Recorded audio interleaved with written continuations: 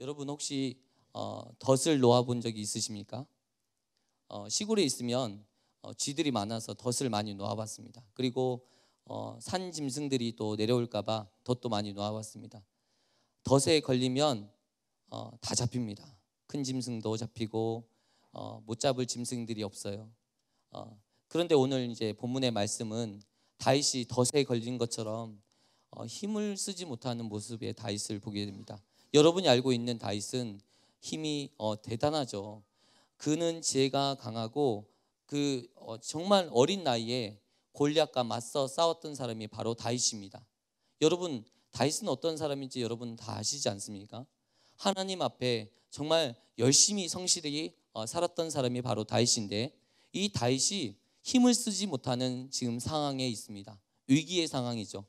다윗의 인생 가운데 지금처럼 큰 위기에 빠진 적이 없었습니다. 근데 다윗은 그 위기 속에서 위기에서 이기로 끝나는 것이 아니라 위기를 극복하고 승리하는 삶을 살았던 것을 통해서 이 말씀을 교훈 삼아 우리의 삶 가운데 위기를 경험했던 우리 성도님들이 벗어나는 결정적인 계기가 되기를 축원드립니다. 오늘 말씀은 제가 이 말씀을 단순히 준비하기 위해서 사무엘상 전체를 또 알아야 될 필요가 있더라고요. 그리고 다윗이 왜 이렇게 됐는지, 다윗이 왜 이기에 처했을 수밖에 없는지, 왜 덫에 빠질 수밖에 없었는지 또 알아야 될 필요가 있을 것 같습니다. 사무엘상 17장 19절에 보면 엘라 골짜기에서 다윗이 블레셋 사람 골리앗을 만나게 됩니다. 이 블레셋 사람 이 골리앗이 만군의 하나님이신 이스라엘 하나님에 대해서 모독하면서 정말 비난하는 이야기를 듣고 이 다윗이 참을 수가 없는 것입니다. 그래서 자기가 익히 사자와 곰을 잡았던 이 돌맷돌을 가지고 그 골리앗을 쳐서 무찌르는 사건이 벌어지고, 이 사건 이후에 놀라운 일들이 벌어집니다. 갑자기 군대 장관이 되고 군대장이 되어서 모든 전쟁터에서 나가는데 지혜롭게 하고, 이 지혜로움이 하나님이 주신 이 지혜로움과 능력으로 말미암아 모든 전쟁에서 압승을 거두게 됩니다. 사실은 이스라엘은 사울 왕 당시에 모든 전쟁에서 패합니다. 블레셋 앞에서 제대로 싸워본 적이 없습니다. 항상 전쟁에서 지고, 또한 또 멸망당 또 어려움에 처하는 이 사울 왕의 모습이었는데, 이스라엘 자체가 너무나도 빈약한 거예요. 군대라고 해봤자 2,000명이 전부인 거예요.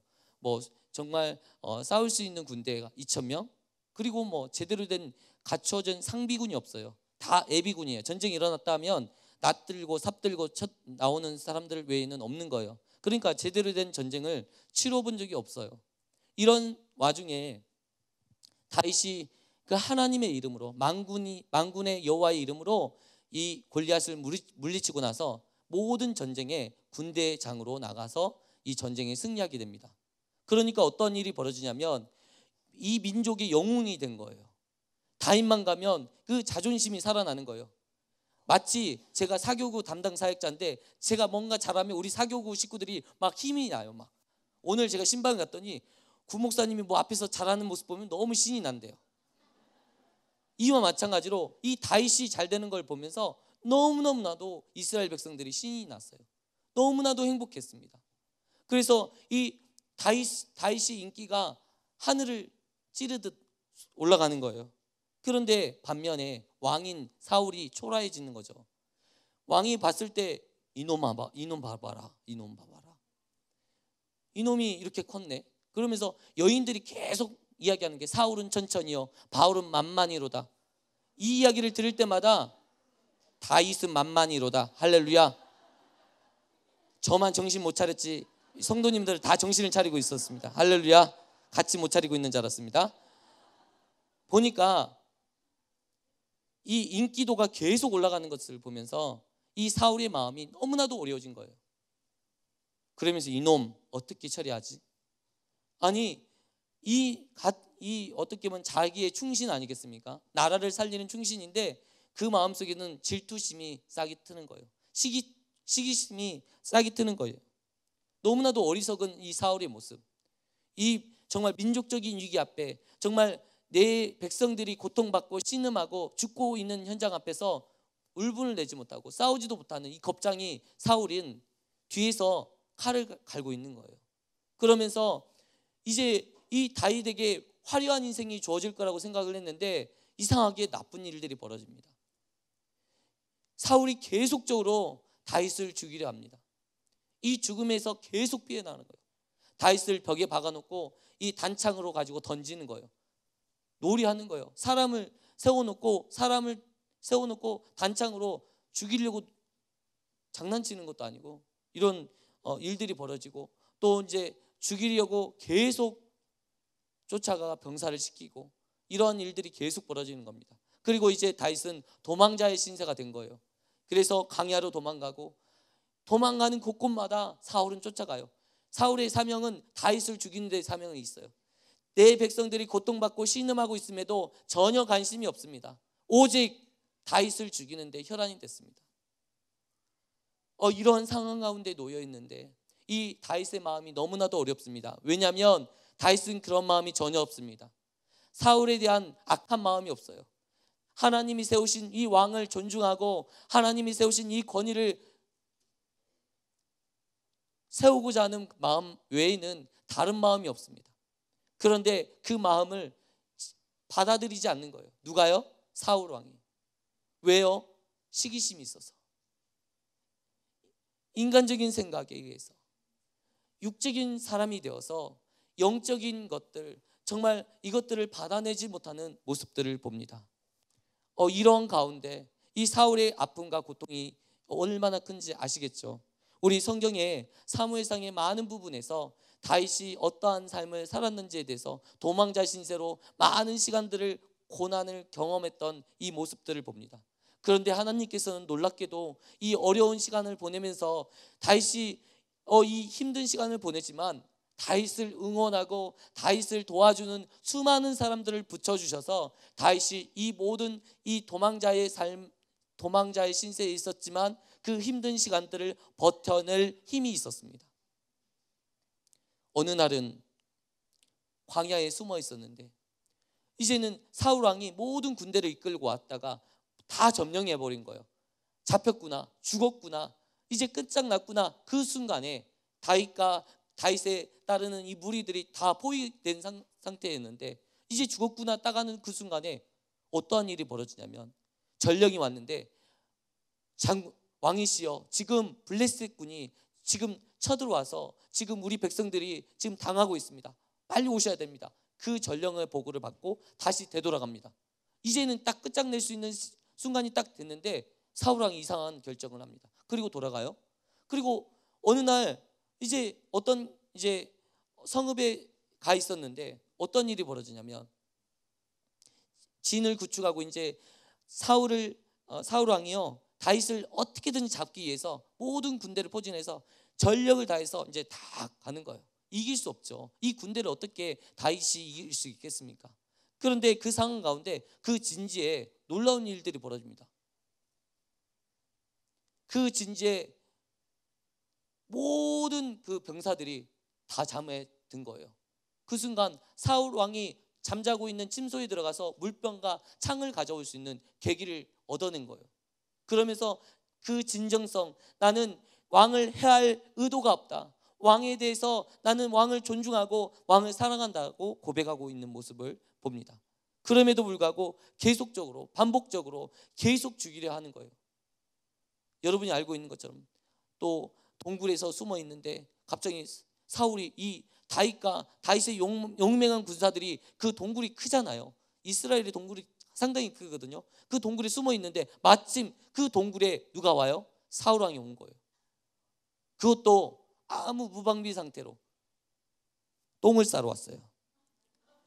무방비 상태죠. 당할 수밖에 없죠. 그런데 불구하고 다윗이 해치지 않고 옷자락만 빕니다. 할렐루야. 이런 다윗입니다. 이런 다윗이 한 번, 두 번, 세 번 이런 일들을 당하니까 너무나도 마음이 어려운 것입니다. 오늘 본문에 다윗이 이런 결정, 다윗이 지금 어떻게 했냐면 이스라엘 땅을 떠나서 블레셋으로 망명했습니다. 이 망명을 결정하기까지 이 고뇌와 힘든 시간들이 있었다라는 사실입니다.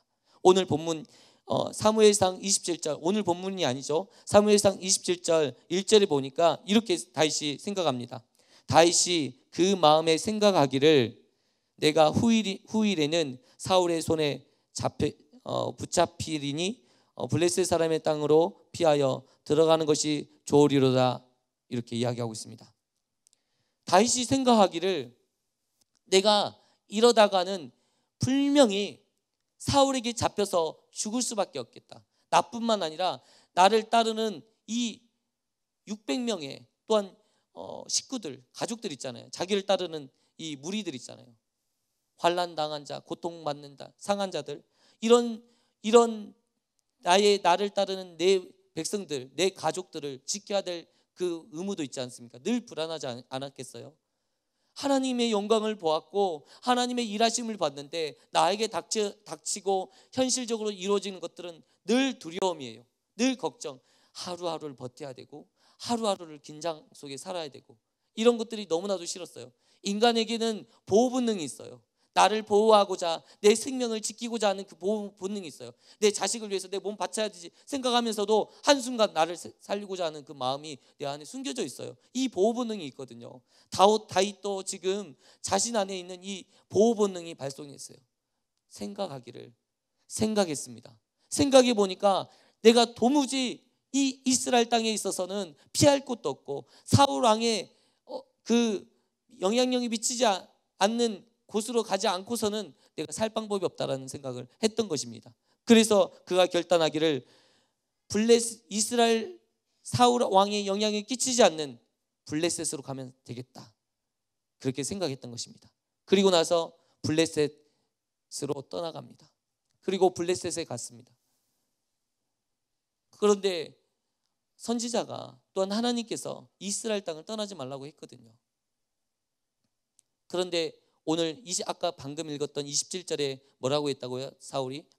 다윗이 뭐라고 생각했다고요? 그 마음에 생각하기를, 자기 생각으로, 자기 판단으로 떠나간 겁니다. 하나님의 뜻과 계획과 상관없이 자기 생각과 자기 판단으로 어디로 떠났다고요? 할렐루야. 어디로 떠났다고요? 블레셋으로 떠난 것입니다. 그리고 나서 방금 말했던 서두에 말했던 덫에 빠진 것처럼 헤어나올 길이 없습니다. 다윗은 용맹했고요, 다윗은 정직했고요, 성실했습니다. 누구보다도 성실한 사람이 다윗입니다. 그런데 이 다윗이 달라지기 시작했습니다. 왜요? 이제 살아남으려고 하니까.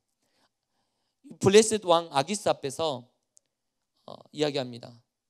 망명을 신청하면서 내가 살 곳을 좀 줬으면 좋겠다. 그래서 시글락이라는 동네를 거주지로 허락받았습니다. 이 성읍을 허락받고 여기에 살게 되는데, 이제 살기 위해서 왕의 눈치를 봐야 되지 않겠습니다. 그래서 이제부터 무슨 일을 하냐면, 살 수 있는 방법으로 주변에 있는 이방 민족 아말렉 족속의 땅에 침범해서 그 사람들을 죽이고 그 재물과 그런 모든 것들을 짐승들을 다 빼앗아 오는 그런 일들이 있습니다. 그리고 죽이고, 그리고 왕 앞에서는 뭐라고 보고했냐면, 뭐라고 보고했을까요? 내가 이스라엘의 백성 마을에 들어가서 이스라엘 백성들을 죽이고 노략질해서 당신에게 바칩니다 하면서 왕에게 항상 전리품을 주는 거예요. 그러니까 왕이 너무 좋아했죠. 그리고 다윗에게는 용맹한 용사들이 있었어요. 알고 있는 것처럼. 이 아둘람 동굴에서 생활하면서 아둘람 공동체에서 다윗을 따르고 다윗에게 충성하는 요압 장군, 우리가 아비새 장군, 많은 장군들이 있었어요. 너무나도 용맹스러운 장군이에요. 말만 하면 모든 일들을 해낼 수 있는 장군들이 많았습니다. 근데 그 장군들에게 그 일들, 명령만 내리면 모든 일들을 하니까 아기스 왕이 신뢰하지 않겠습니까? 그 옛날 고대 시대는 사람이 중요했습니다. 그래서 망명하고 내 백성이 되면 이득이거든요. 그래서 나에게 큰 도움이 되었고, 또 계속적으로 다윗이 물건을 갖다 바치니까 다윗이 자기 편이라고 굳게 믿었습니다. 사실은 이중 생활을 하기 시작했습니다. 왜냐하면 블레셋 안에서 정직할 수가 없었습니다. 왜냐하면 살아남으려고 하니까. 정직하고 싶어도 정직할 수 없는 구조 속에 들어갔습니다. 덫에 빠진 거죠. 덫에 걸리게 되면 더 이상 헤어나올 수 없어요. 몸부림칠수록 어떻게 됩니까? 더 조여와서 죽게 됩니다. 마찬가지예요. 몸부림치면 칠수록 벗어날 수 없는 다윗의 모습을 발견하게 되는 거예요. 그래서 철저히 달라진 다윗의 모습을 발견하게 됩니다. 사무엘상 27장부터 후반절까지 계속적으로 이어지는 것은 다윗의 달라진 모습이에요. 철저히 거짓말하고 철저히 이중생활합니다. 그러면서 자신도 모르게 이 거짓말이 익숙해져요. 그리고 하나님의 뜻과 전혀 상관없는 생활을 하게 됩니다. 왜요? 하나님이 원하시는 뜻을 생각하는 그 순간에 자기는 존재할 수 없거든요. 자기는 살아남을 수 없다라는 건 누구보다도 잘 알고 있습니다. 그렇기 때문에 하나님과 전혀 다른 생활을 합니다. 다윗에게는 에봇이 있었습니다. 에봇은 제사장들만 갖고 있는 정말 신비한 능력이 있는 옷입니다. 제사장 옷인데 이 에봇은 하나님의 뜻을 묻고 하나님의 뜻을 들을 수 있는 통로가 에봇에 있거든요. 그런데 이 에봇이 있음에도 불구하고 다윗은 묻지 않습니다. 하나님의 뜻이 무엇인지 전혀 묻지 않습니다. 이런 모습들을 여러분 발견하면서 우리들의 모습과 비슷하지 않습니까? 다윗이 하나님이 정해진 이 경계선을 넘는 그 순간부터 어려움에 처하고 그 어려움에서 벗어날 수 없고 벗어나려고 할수록 더 힘든 어려운 상황이 벌어지는 모습을 봅니다. 오늘 본문은 그 힘들고 어려운 삶의 최절정을 이루는 이야기입니다. 이제 어떤 일이 벌어지냐면 하나님께서 다윗을 선택하시고 사무엘을 통해서 기름 부었습니다. 내 마음에 합당하고 기름 부은 왕으로 세웠습니다. 이 장차 이스라엘의 왕으로 내가 너를 세울 거라고 말을 했습니다. 그런데 지금 다윗은 이스라엘의 적 블레셋 땅에 있는 거예요. 그러니까 어떻게 되겠습니까? 전혀 다른 길을 가고 있습니다. 하나님의 뜻과 전혀 다른 길을 가고 있습니다. 그러면서 여기 안에서 해결될 방법을 찾아내지를 못하는 거예요.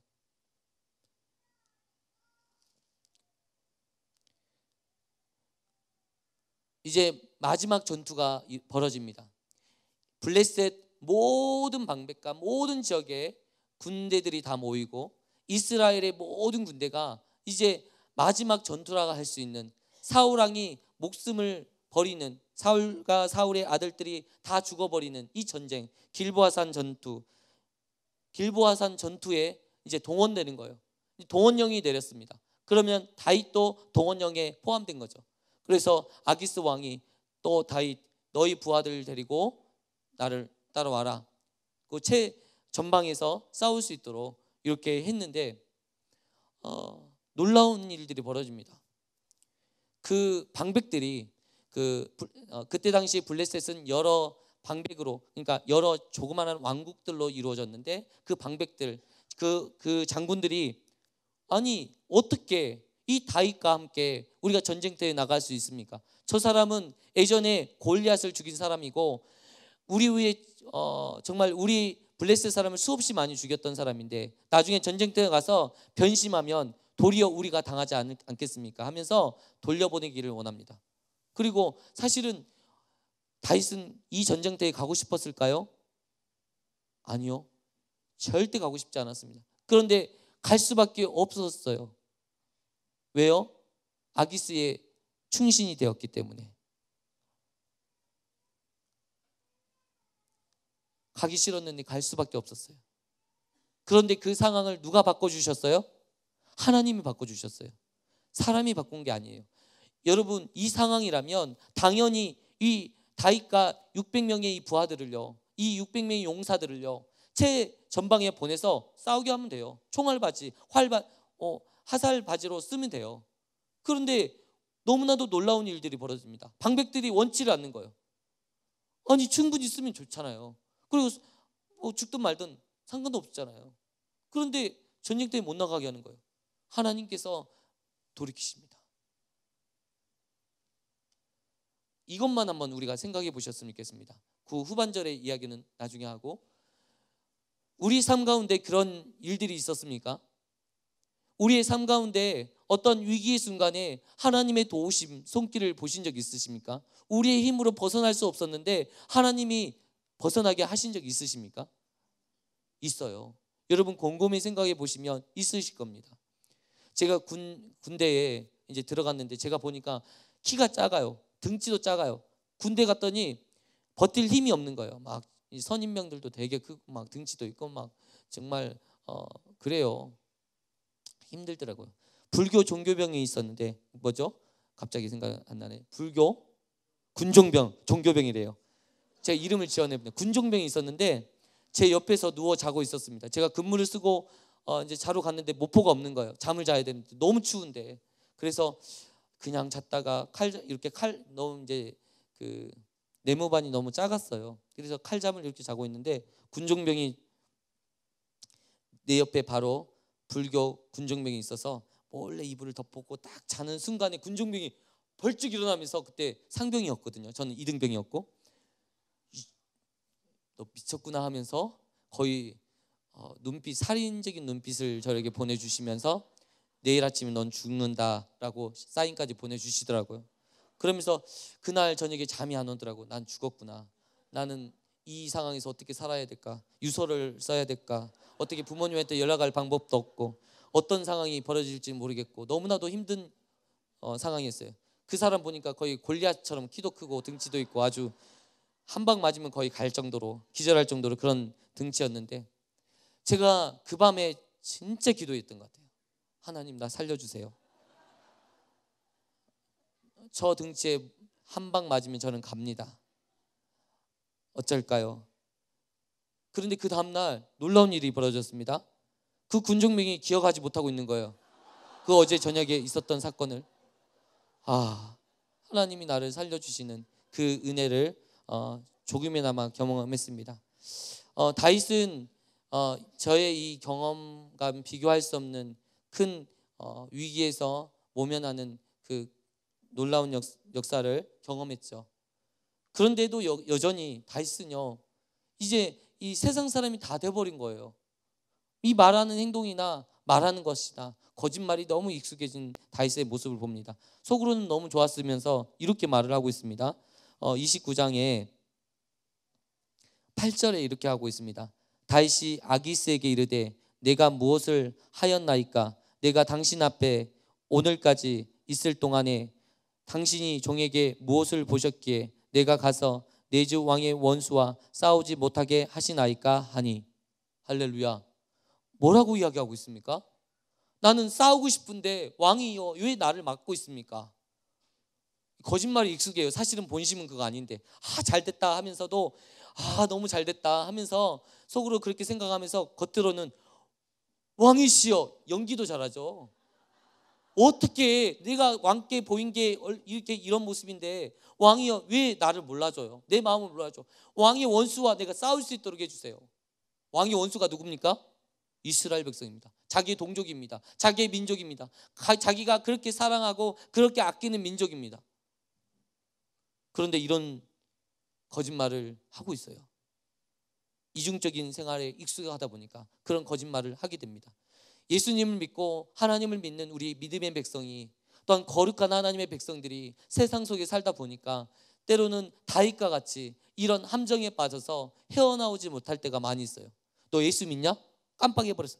예수 믿는다는 말 하는 그 동시에 잘못될까봐 나 뭐라고? 그러면서 그걸 놓치는 그 순간부터 어떻게 되냐면 그들의 원하는 대로 끌려가요. 야, 술 한잔 해라. 그래? 그래, 분위기상 약간 먹는 것처럼 하면서 버리면서 그래 뭐 이렇게 하면서 그 순간부터 어떻게 됩니까? 허물어지고 그 순간부터 이상하게 끌려가요. 그 분위기에 맞춰가요. 그러다가 어떻게 됩니까? 나도 모르는 세상 사람이 되어버려요. 세상 사람이 되어버려요. 이게 다윗의 현주소입니다. 우리 역시 그렇습니다. 이 거룩한 자리, 이 거룩한 우리 백성으로 하나님 앞에 부름 받았는데 우리가요 이 경계선을 한순간 착각 넘어가는 그 순간에 우리도 다윗처럼 걷잡을 수 없는 그 길에 접어들 수밖에 없다는 사실입니다. 여러분, 그러면 안 되겠죠. 할렐루야. 그래서 우리는 우리의 정체성을 정확히 알아야 됩니다. 그리고 우리의 신분을 정확하게 인식해야 됩니다. 우리는 하나님의 백성이요 하나님의 자녀입니다. 할렐루야. 그리고 거룩한 신분입니다. 우리는 거룩하게 살 의무가 있고 거룩하게 살 수 있도록 하나님께서 힘을 주십니다. 너무나도 힘든 가운데 있었지만 여러분 곰곰이 생각해 보십시오. 지금 다윗이 지금 이 블레셋 땅에 있는 것이 더 위기였고 힘들었습니까? 아니면 이스라엘 땅에서 도망다니는 게 힘들었을까요? 이스라엘 땅에서 도망가는 게 더 쉬웠어요. 블레셋 땅에 있는 게 더 힘든 거예요. 이중적인 모습 보여야 되고 맨날 노략질해야 되고 죽여야 되고 거짓말해야 되고 이중적인 삶을 살아야 되고, 그리고 어떤 일이 벌어집니까? 내가 원치 않는 일을 해야 돼요. 내가 기뻐서 하는 일이 하나도 없어요. 끌려가는 인생. 여러분, 끌려가는 인생처럼 힘든 인생이 없습니다. 여러분, 괴로운 인생이 없어요. 뭘 하나 하더라도 내가 원하는 거 하면 그게 기쁜 거거든요. 그런데 이제는 블레셋의 종이 되어서 끌려가는 인생이 돼요. 이런 다윗의 모습. 그리고 나서 이제 30장에 나오는 일들이 벌어집니다. 어떠한 일들이 벌어지는지.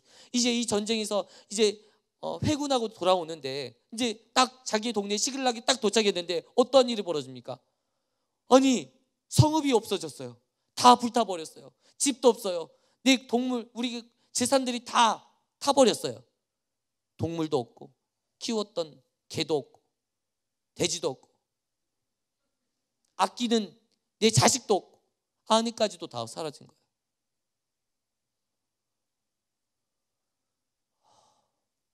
다윗을 믿고 따랐던 600명의 용사들이 어떤 마음일까요? 이 남자가 울기가 쉽지 않은데 이 600명의 남자가 그 광경을 보는 순간 대성통곡하고 땅을 치며 울고 있는 거예요. 남자는 울 때 무섭습니다. 웬만해서 울지 않는데 울면 뭔가 큰일 나는 건데 울고 있어요. 그 분노가 어디로 갔을까요? 지도자에게 갔겠죠. 이 다윗 죽여야겠다. 이 다윗 때문에 망했어. 내 인생도 망했고 내 가족들이 다 잡혀가고 이제는 정말 망했어. 이 원망이 다 다윗에게 향하는 것들을 볼 수 있습니다. 다윗은 어쩔 줄 몰랐어요. 자기 아내들도 다 잡혀갔어요. 자식도 없어요. 다 잡혀갔어요. 이 순간을 딱 접하는 이 순간에 다윗이 정신이 번쩍 나기 시작했습니다. 정신이 번쩍 났어요. 내가 무엇을 잘못했지? 왜 내가 이 덫에 빠져있지? 왜 내가 이 함정에 빠져있지? 내가 하나님의 뜻과 전혀 계획과 상관없이 내가 살았는데, 내가 하나님의 뜻을 한 번도 물어보지 않았는데, 그러면서 정신을 차리기 시작했습니다. 이 600명의 용사들이 돌 가지고 이제 다윗을 죽이려고 하는 그 순간에 하나님께 기도하기 시작했습니다. 여호와께 여짜와 가로되, 8절에 보겠습니다.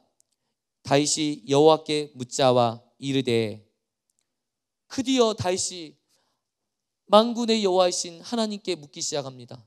하나님의 뜻이 어디 있습니까?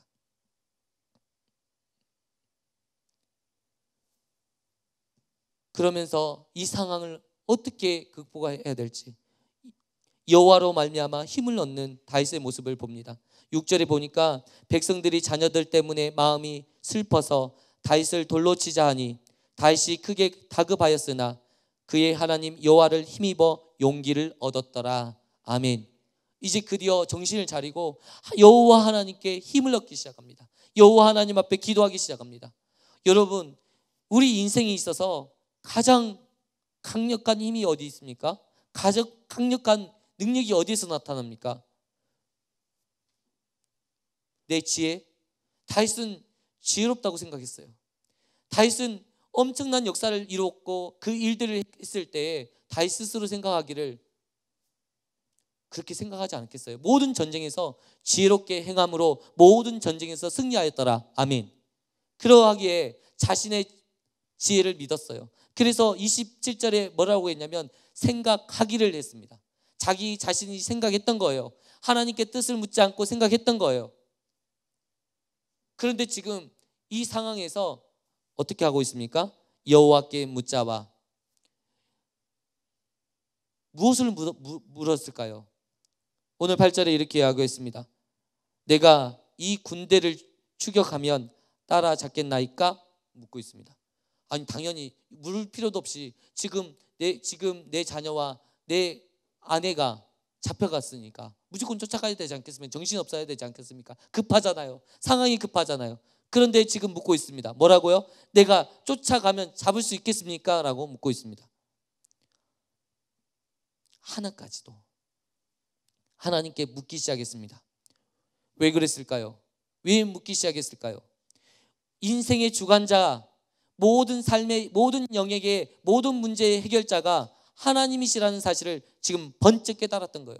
그동안 내 인생을 이끌고 붙들었던 분이 하나님이셨고 내 인생의 모든 순간에 나를 붙잡고 계셨던 분이 하나님이셨다는 사실을 이제 고백하고 있는 거예요. 깨달았던 거예요. 잊었던 내가 세상 길로 가고 까먹었던 그 하나님을 다시 생각했던 거예요.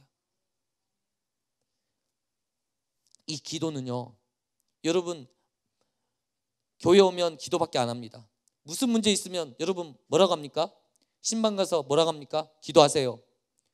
여러분 설교 중에 여러분 뭐라고 합니까? 기도하세요. 기도입니다. 기도가 이렇게 많은지 모든 문제의 해답은 기도입니다. 아니 답이 없어요. 답이.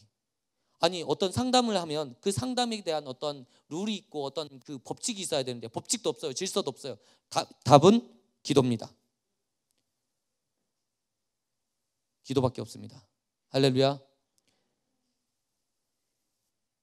다른 거 말할 필요가 없습니다. 기도가 답입니다. 왜 기도가 답일까요? 우리 인생으로서 할 수 있는 최선이 뭘까요? 기도입니다. 우리의 목소리로 우리의 마음을 담아서 하나님께 고백하는 것 이상의 그 어떤 것도 없습니다. 우리가 어떠한 재물을 드린다 할지라도 어떤 것들을 하나님 앞에 바친다 할지라도 그게 우리의 기도보다 더 대단할까요?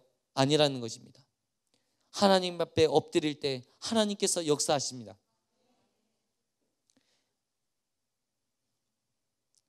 할렐루야. 저도 어렸을 때 목사님이 앞에서 와서 맨날 기도 이야기하면 또 시작이네라고 생각했습니다. 그러나 나이가 먹으면 먹을수록 생각되는 것은 기도밖에 없구나. 엎드릴 수밖에 없구나. 힘들 때 엎드리고 힘들 때 소리 지르니까 하나님께서 장가도 보내주시고 이렇게 좋은 교회에서 사역도 하게 하시고 이렇게 좋은 분들 많이 만나게 하시더라고요.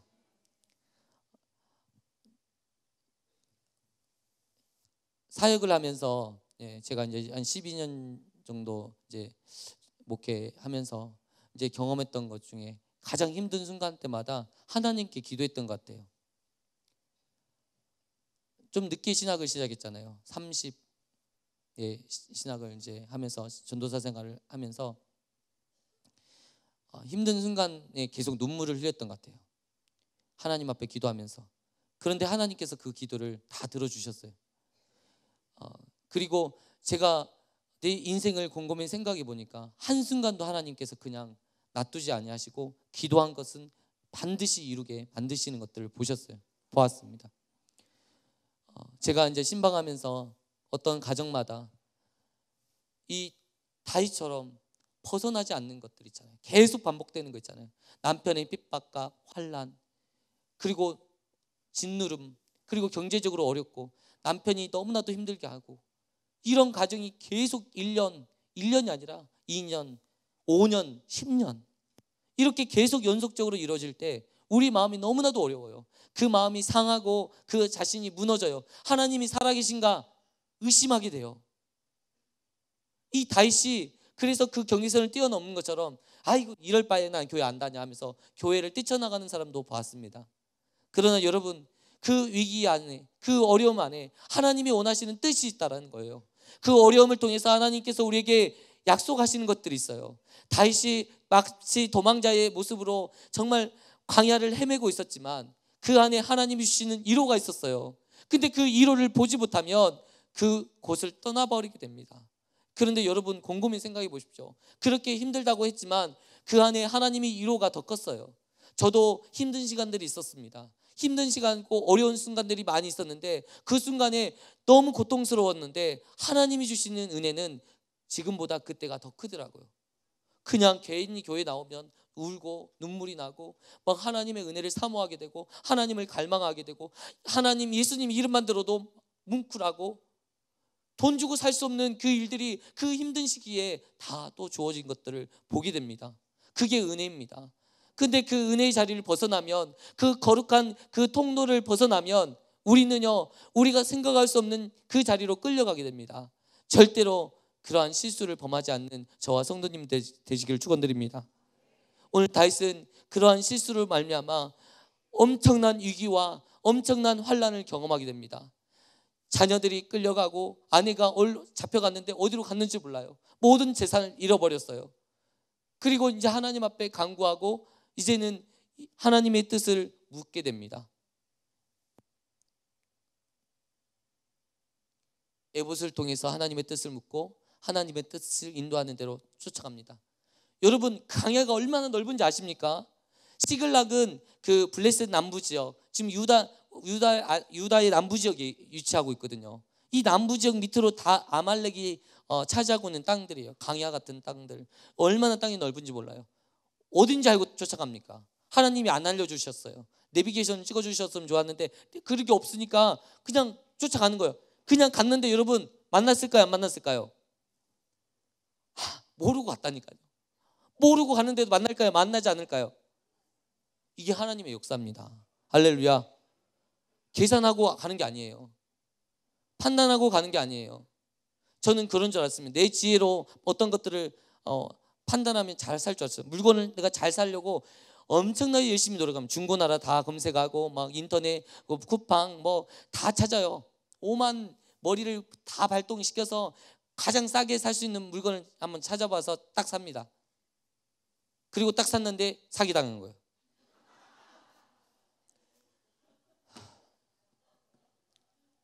머리를 다 썼는데 저랑 같이 살았던 전우사님은요 전혀 생각하지 않습니다. 뭔 물건을 사면 그냥 집어버려요. 이거 좋네? 사. 갑자기 우리 담임 목사님이 생각나네요. 우리 담임 목사님 그래 좋네 사. 그런데 너무나도 좋은 걸 잘 산 거예요. 속지 않고 산 거예요. 그것을 경험하는 그 순간부터 마음이 어렵게 되죠. 여러분 기도하는 사람에게는 무엇을 집든지 또한 우리를 해할 음식을 먹는다 할지라도 죽지 않는다는 사실을 기억하시기 바랍니다. 이것이 하나님의 능력입니다. 그리고 나서 어떻게 합니까? 막 달려갑니다. 어디로요? 알 수 없는 곳으로 달려갑니다. 그런데 쓰레기처럼 버려진 사람을 발견한 거예요. 애굽 사람 밥도 못 먹고 굶주려 있고 또 거의 병으로 거의 쓰레기처럼 버려져 있는 사람이 소년이 지나가다가 지금 위급한 상황이고 내 자식을 구해야 되는 상황이고 지금 바쁜 상황 아니겠어요? 정말 다윗 입장에서 너무 바쁘지 않겠어요? 이 다급한 이 상황에서 이 소년을 일으켜서 먹을 것을 주고 치유해 주고 여유도 많아요. 우리는 급해 죽겠는데.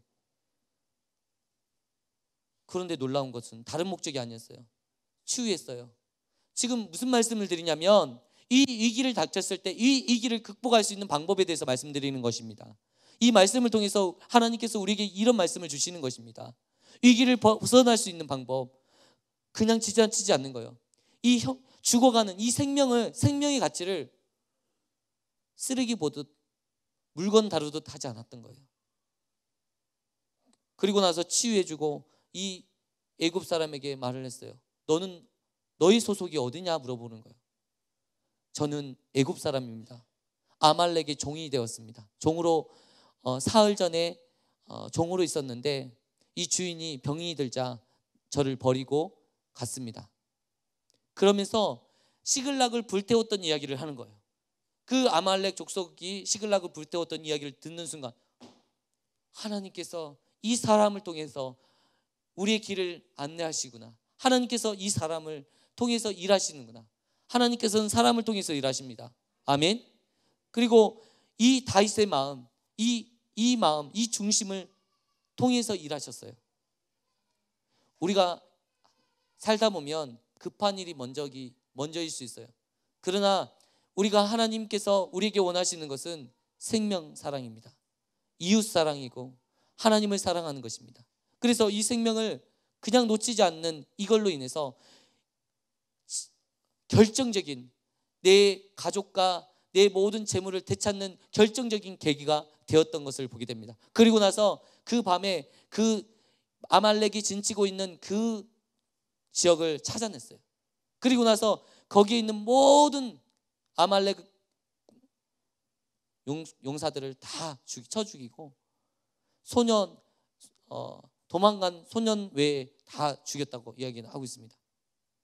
이 사람들이 이제 전쟁에서 승리해서 이 노략물로 먹고 마시고 술 취해서 쓰러져 있는 거예요. 그 새벽 미명에 쳐들어가서 모조리 다 죽이고 얻어냅니다. 그리고 어떤 결과까지 오냐면 모든 것들을 되찾는 결과까지 오게 되는 것을 보게 됩니다. 자녀 한 명도 상함이 없어요. 자녀도 너무 놀라운 일 아닙니까? 이거는 있을 수 없는 일이에요. 여러분, 그때 당시에는 무조건 죽이는 전쟁입니다. 인정사정 없어요. 사람들이 착한 사람이 별로 없었던 것 같아요. 인정도 없고 그냥 죽이는 전쟁인데 다 한 명도 안 죽이고 다 살렸어요. 그리고 재물까지 다 얻어냈습니다. 아멘. 회복의 역사가 일어났습니다. 일어나는 역사가 있습니다. 이 위기 순간에 망하고 쓰러질 줄 알았던 이 다윗이 하나님의 말씀을 붙잡자 어떤 일이 벌어졌다고요? 살아나는 역사가 있었습니다. 회복되는 역사가 있었습니다. 여러분, 오늘 이 말씀을 통해서 여러분, 우리 삶이 회복되어야 되지 않겠습니까? 우리 삶이 변화되어야 되지 않겠습니까? 새롭게 변화되고 회복되는 삶을 살아가는 저와 성도님 되시길 축원드립니다. 오늘 다윗이 보여줬던 그 마음, 그 중심을 하나님께서 받으십니다. 여러분, 중심을 다해 하나님을 바라보고 또한 하나님께서 인도하시는 이 모든 것, 하나님이 주관하시는 이 모든 것들을 인정하면서 그 삶 안에서 눈물을 흘리고 중심을 다하고 마음을 다하면 하나님께서 역사하실 것입니다.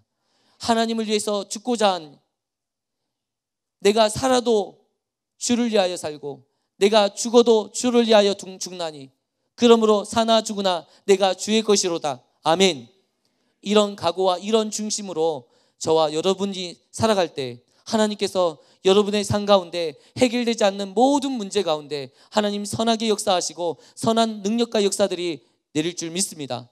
어려운 시간들이 있지만 우리가 생각지 못하는 시간이 길 수 있지만 하나님께서는 분명히 그 시간을 통해서 우리를 훈련시키고 우리를 준비시켜서 어느 누구보다도 강하게 어느 누구보다도 능력 있게 사용하실 줄 믿습니다. 다윗은 여러분이 알고 있는 것처럼 이스라엘 역사상 가장 위대한 왕입니다. 그리고 이스라엘 역사상 가장 놀라운 영향력을 끼친 왕입니다. 다시 말해서 하나님 앞에 쓰임 받았을 뿐만 아니라 하나님의 나라를 이루어 갔던 사람입니다. 하나님이 다윗을 보시면서 내 마음에 합한 자라 이야기했습니다. 하나님의 나라를, 하나님의 왕국을 만들었던 사람이 다윗입니다. 험난한 인생을 살았지만 그의 인생의 하나하나가 이 삶에 녹아져 내려서 하나님의 마음을, 하나님의 심정을 어느 누구보다도 정확하게 알고 우리들에게 이야기하고 있는 사람이 바로 다윗입니다. 시편을 통해서 우리에게 말씀하고 있습니다. 하나님의 심정을 이야기하고 있고 자신이 하나님을 향한 노래를 하고 있는 다윗처럼 우리도 우리의 평생에 우리의 삶 가운데 뭔가 이제 의미 있는 인생, 정말 우리의 삶 가운데 역사가 일어나는 인생, 내 인생이 아니라 하나님의 나라를 꿈꾸는 인생으로 변화받았으면 좋겠습니다. 여러분, 이 땅 가운데 우리의 나라가 아닌 하나님이 영광 받는 그 나라를 여러분 함께 꿈꾸었으면 좋겠습니다. 하나님의 뜻이 이루어지는 나라, 하나님의 법이 흥왕하여서 그 법대로 하나님의 통치가 이루어지는 나라, 하나님의 말씀의 법이 삶의 기준이 되는 나라, 여러분 그런 나라를 꿈꾸며 바라보는 저와 성도님 되기를 축원드립니다. 우리 함께 찬양 부르시면서 하나님 앞에 나아갔으면 좋겠습니다.